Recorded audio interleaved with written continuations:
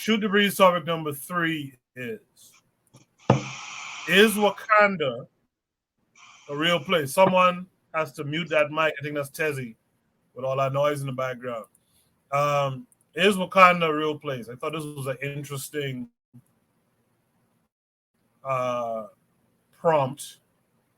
Looks like it's taking us to Insta. It's taking forever.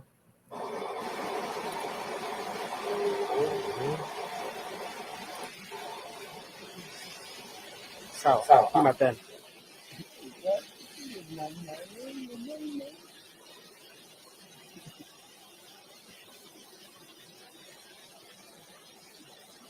Ça va, ok, très bien. Tosha, Kia, très bien. Ça, Tosha, Kia, ok. Ipati majunya tu. Ok, ça va.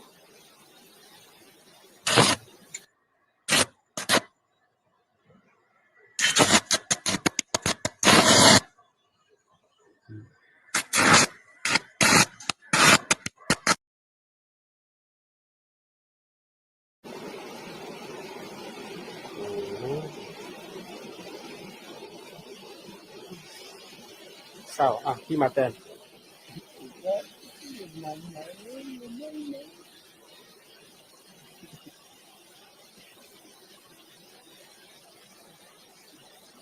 Ça va, ok, très bien. Tosha, Kia, très bien. Ça, Tosha, Kia, ok. Ipati majunya tu. Ok, ça va.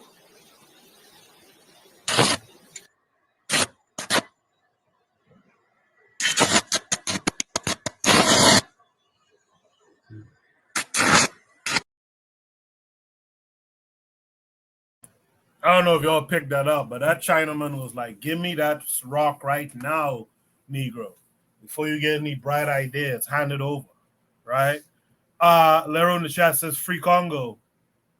Real Black German says, "How was that discovered?" Yeah, I'm curious if it's, I hope it's not some bullshit.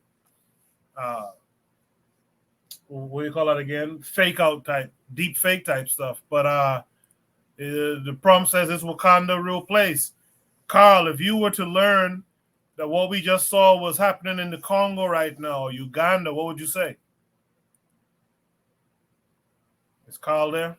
I'm here. Okay. So yeah, that was interesting. I thought that was interesting to see. So sidebar, in case anybody doesn't know, I'm a huge comic book fan. I've been reading comics since I was 8 years old. So Black Panther was always one of my favorites growing up.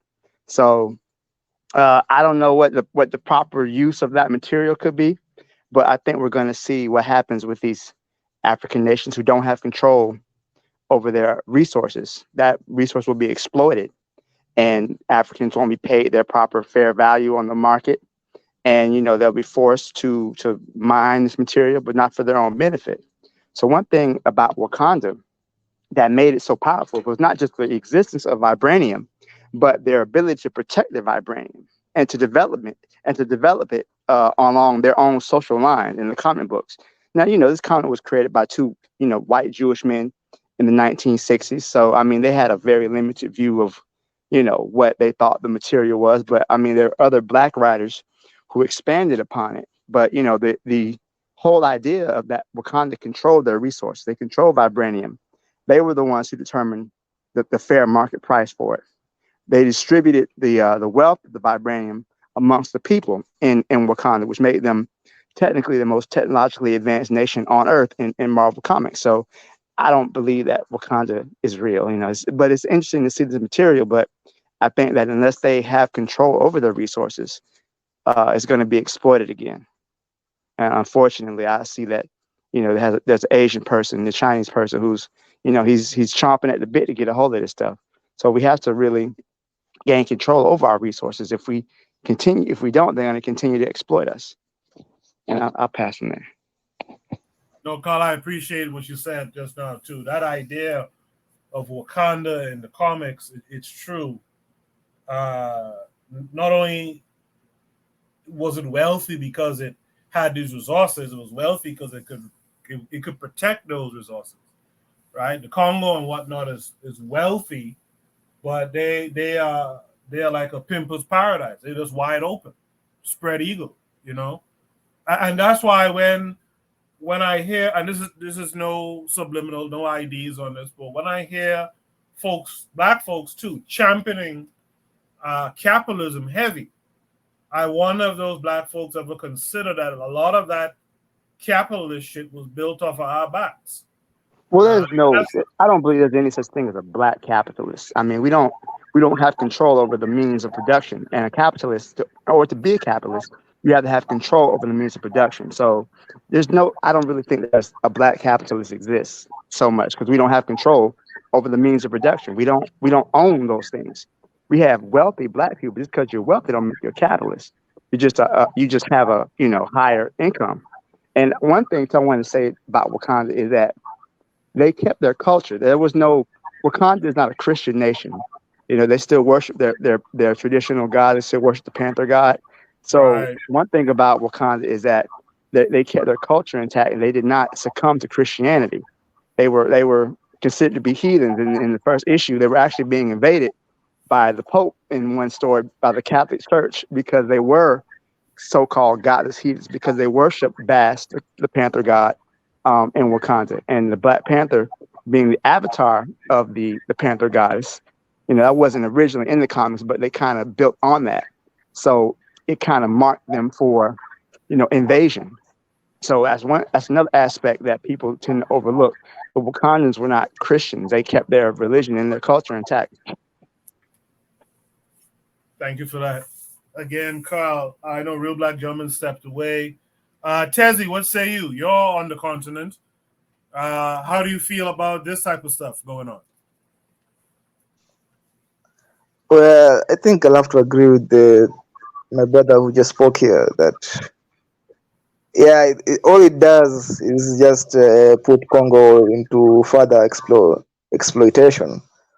And I don't know, I feel like I wish that we had control over our means of production, because then we will be like, I'll be very excited.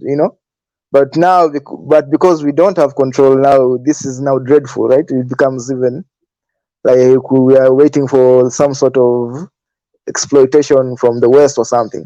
So yeah, I agree with him that in us Africans, I think we need to take control of any means of production, so that at least it becomes valuable to some African countries. Because when I saw this, I was like, oh man, I wish my country was making batteries or some sort of, then it would be valuable to us, then we could deal with the Congo and ask them to help. But now we don't.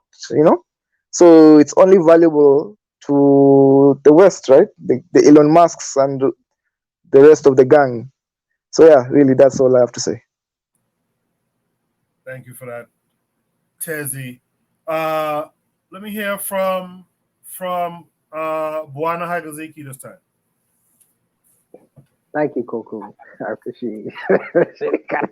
Anyways, I do know that there are black capitalists that do exist. I have brethren who live in Liberia who own diamond mines. They actually own diamond mines. They own the property on diamond mines and they hire labor to mine them mines. Now, whether them mines are productive or whether they turn a profit, that's another thing.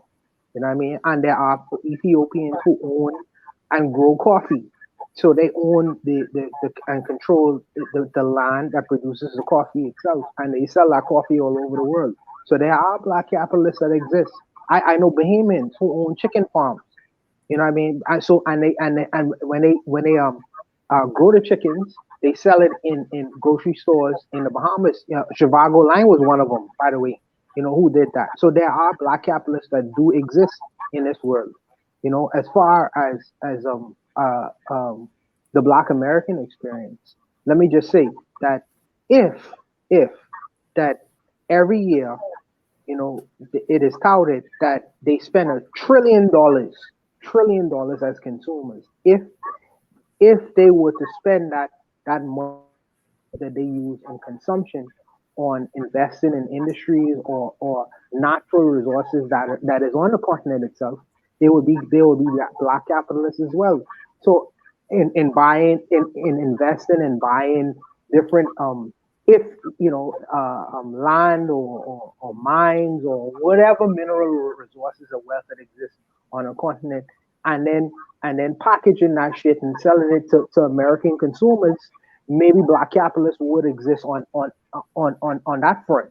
But to suggest that there are no black capitalists, I know several that do exist, several, But I don't think Wakanda is a real place. I don't think that Wakanda is a real place because Wakanda was not only minerally rich, but the people themselves was rich themselves. They're extremely educated and advanced in their thinking in terms of in terms of technology, science, etc., etc., etc. So I think that you would have to include all these things, not only the land itself, but the people. But the people, you would have to cultivate the people to a degree that they would understand that the land that they are standing on has some value, and they have the ability to convert that land that they are under, and use it in a way that is productive for their own people. Now, for what we are seeing, you see a bunch of gangsters in power in a lot of these so-called black countries that are minerally rich. They are morons. They don't understand the value that exists in the land, even though they are intellectual or professional people. The only African continent who I have seen has been able to parlay what is under their feet is Botswana. That's really the only African country that I've seen so far. And if many people were to use that model, maybe you would see a whole lot more black capitalists exist on the continent and even in the Caribbean itself. But I think that with us, we are very myopic. We are very short-sighted in our thinking in terms of leadership. And if we was talking about getting rid of some people like these black devils, I would get rid of a lot of these devilish leadership that exists in these places and replace them with people who have the foresight to use what's under their feet in a productive way. But I'll stop there. I appreciate that, Buana.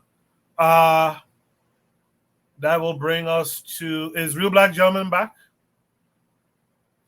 Let's hear from Gas them up. Yeah, can you guys hear me? Yes, sir. So, I think the issue is, I think Lero in the comment section said all that needs to be said when she said, Africans having so-called resources. And I've been screaming this for a long time. Africa does not have resources. Africa has what Europeans call resources. And I think until we realize that, we're just wasting our time. And then we have to understand, if that is the case, where do we stand in their political economy? In reference to the black capitalist position, keep in mind the slave genocide. The underpinnings of that is so-called capitalism, right? That's why Bob Marley said those old pirates sold I to the merchant ship, right? And so, when you look at people like Francis Drake, it's not a coincidence, right, that they were getting to the booty, and they've, I don't want to be inappropriate, but the point is this. I have a thought experiment. What would happen one day if Africans just have the ability to defend themselves and say, you know what, we're not mining. We don't want nothing to do with it. We can protect ourselves so that, some French mercenaries can't come in and force our children into child labor. Like, you guys remember a while back, they were talking about Joseph Kony. Notice the Europeans aren't talking about him anymore. Americans aren't talking about Joseph Kony. They had a whole video about him, if you remember. And the guy who was behind the video, he went crazy. And he stripped himself naked, and, he had a whole meltdown, the white boy. So they're not talking about Joseph Kony. But what about if Africa is strong enough to the point where it's like, you know what? No, I'm good. We're not going to do this. I don't care how much you pay me, Frenchmen, American men. I don't want your blonde woman. I don't want a Kardashian. I don't want any of that. I'm good with what I have. We're not going to mine. We're not going to do any of that. And if we are to do it, we want the exact same thing you pay your workers in Sweden. All healthcare, life insurance, everything. You know what that means? That means an iPad is no longer $800 at Costco for 256 gig. That iPad is now $8,000.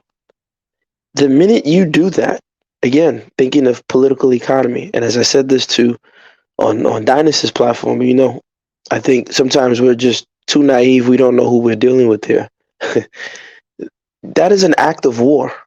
China has not done anything to the United States per se, but China's economic success is seen as an act of war, right? You can't get too successful in their system. If you get too productive or too successful, it is an act of war. Jaja of Apobo, he was an Igbo who was made, because the Ijar people are matrilineal. They just like the Jewish people, you can convert to Judaism. So they have a whole process where they can make you Ijar. He was one of the, top slave genociders.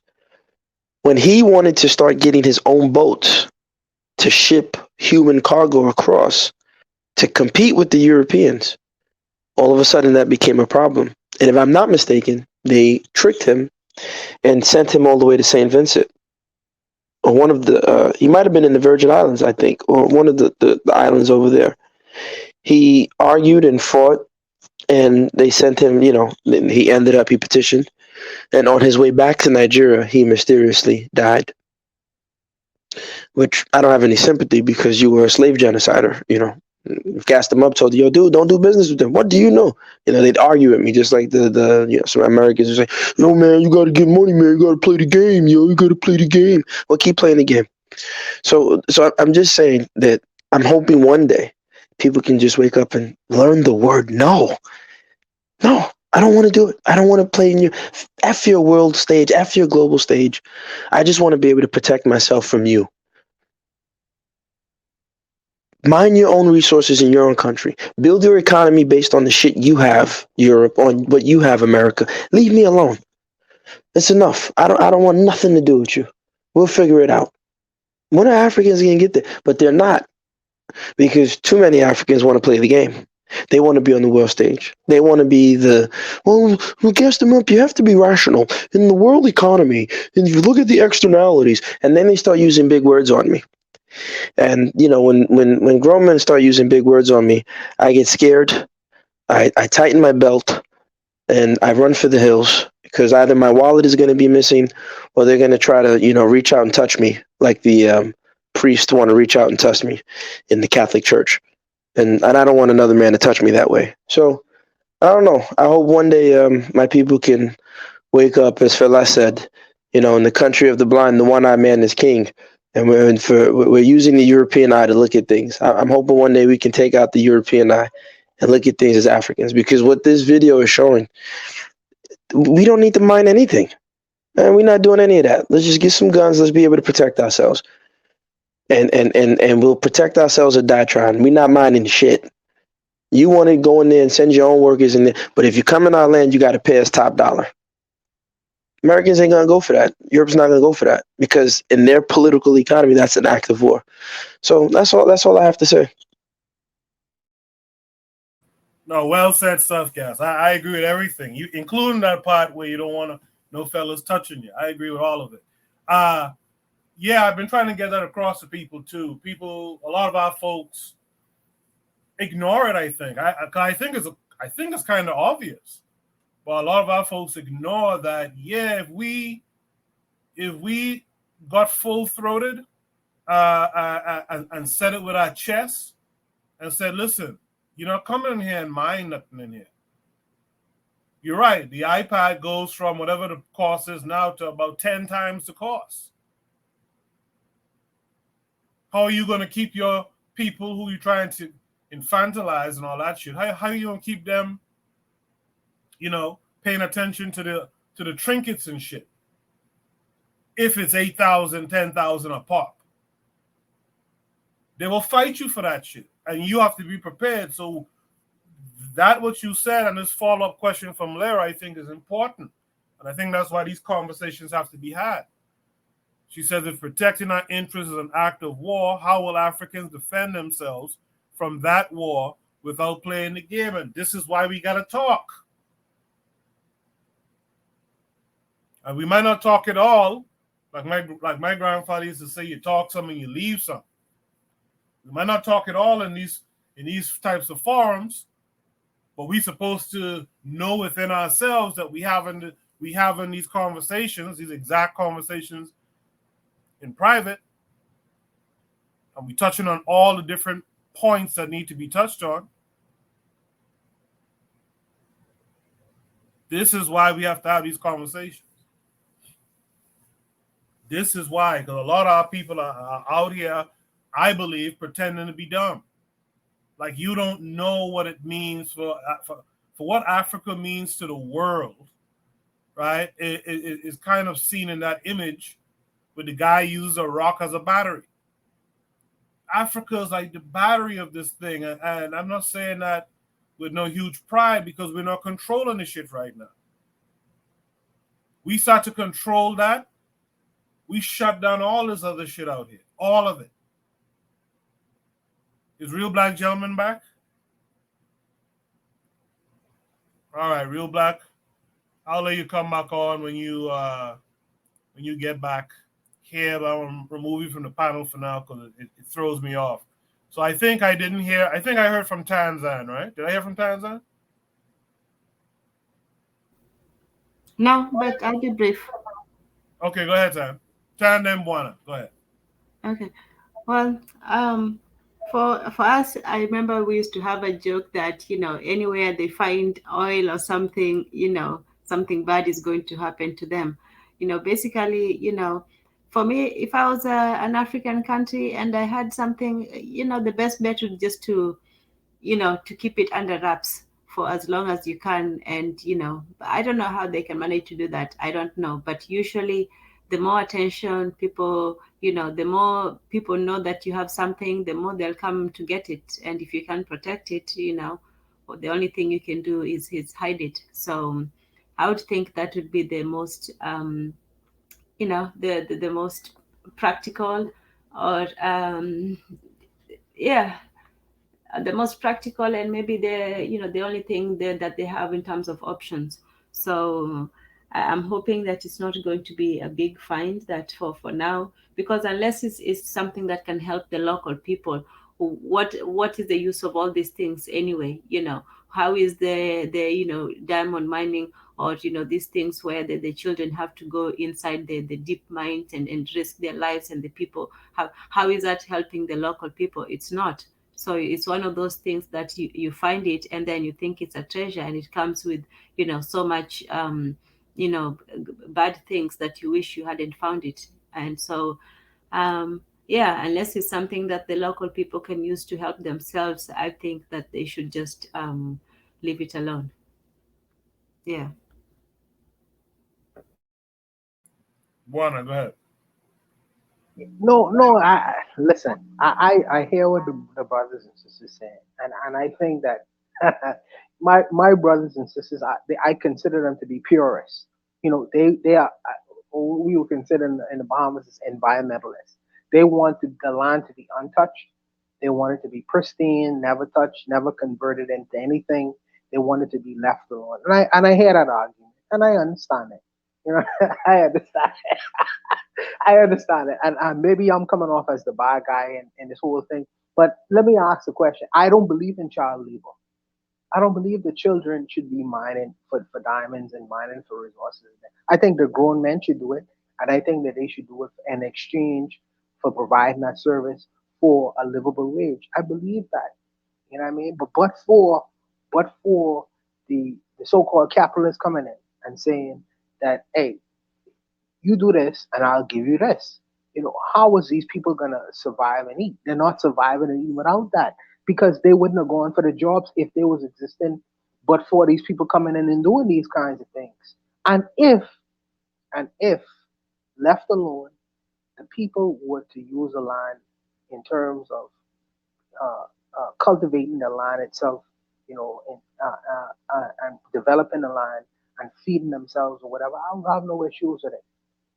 But the people, it seems, the people themselves have decided, because they have a mind of their own too, and they've decided that they want to partake and involve themselves in these kinds of industries uh, through their own suffering, through their own lack of and all these other kinds of things. They want to partake in these industries. I say treat them fairly. I say provide a livable wage for these people. I say don't involve yourself in child labor. But to say or suggest that we shouldn't have trade or industry, you know, me and the brothers on the panel just disagree on this particular issue. We just disagree. I just disagree with that.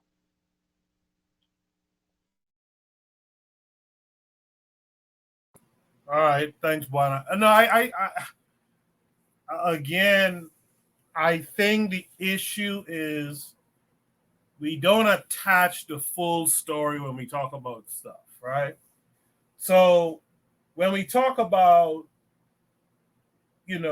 having this trade where folks could come in and mine this stuff and sell it and, on a fair basis with the Africans. The thing I think a lot of folks don't think of too is the environmental cost to a lot of this stuff too. How is it affecting the health and well-being of Africans today, right? It's not like you go into a room under the ground and get coltan. The amount of work to get coltan, right? To get lithium, and what goes into that extraction, right? The pipelines and these things that they have to create, right? Like the cost on the environment and the people at that time is like when they had coal mines back in the days. How many people, they don't talk about it now, but in very vague terms. You know how many people died from that coal and shit that folks was going down in these mines and bringing back up the soot and all that stuff? How many secondary people died? A coal miner's wife died from some lung infection because of this dude. So the costs are higher than you think. You mightn't be able to farm nowhere close to where that shit is going on. You might not even be able to drink the water. Come on, Coco. Come on, bro. Come on, bro. They're in pipelines and digging for oil right now. When these guys, in deep into the sea digging for mining for oil right now, right? You drive your car every day. Every day you go to work and drive your car. Don't you know people die on them platforms when they digging for oil in the sea? I mean, come on, bro. Come on, man. No, You know what I no. mean? But you still. You're talking, the one or two employees that died getting oil up out of the ground. I'm talking about the people who live on the land there, who personally wouldn't be down there digging in the ground. So what I'm saying is there is the argument for that. There's that, because we often don't consider that part of it. There is the argument that, there's some people that who wish you wouldn't come here and fucker with the stuff under the ground here. Because what you have to do it is poisoning the plants, poisoning the soil. Our kids all of a sudden have all types of respiratory issues.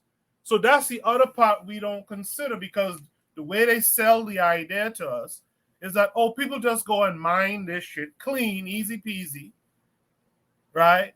They just mine it and then they'll bring it over here and refine it and sell it, blah, blah, blah. No, there's cost to that stuff. There's cost to that stuff. So and I don't mean to bring this up. So when you buy the wife the wedding ring, that gold that is mined somewhere in the Congo, whatever, by some child or whatever, you don't buy the diamond. You don't get it at the ring. You don't get it. No, you don't get it. To keep it real with you, keep it real with you, I don't fuck with stuff like diamonds and all this old shit because I know where that shit comes from. I try to limit my involvement, my end user usage of oppression. I try to limit that shit as much as I can. There's some things I just can't avoid. If I buy a tin of oatmeal and it's because some Guadalupan was 6 years old, and I mean, okay, I can't stop everything, but I'm gonna try my damnedest not to support that shit.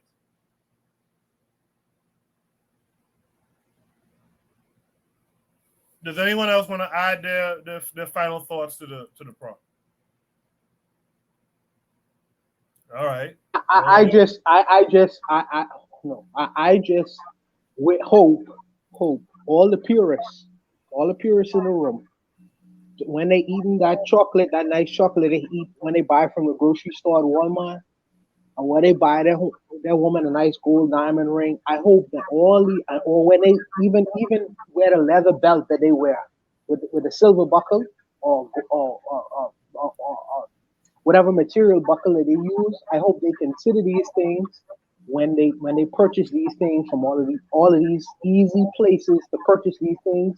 I hope all these things are considered in their purchases when they purchase these things every day, because there are going to be people who are going to be exploited directly or indirectly. You know what I mean? The children of Africa or India or wherever else. I hope all these things go into their purchases as they purchase these things. I just would want to put that out there. Yeah, that's cool, man. I feel you on that. That's cool.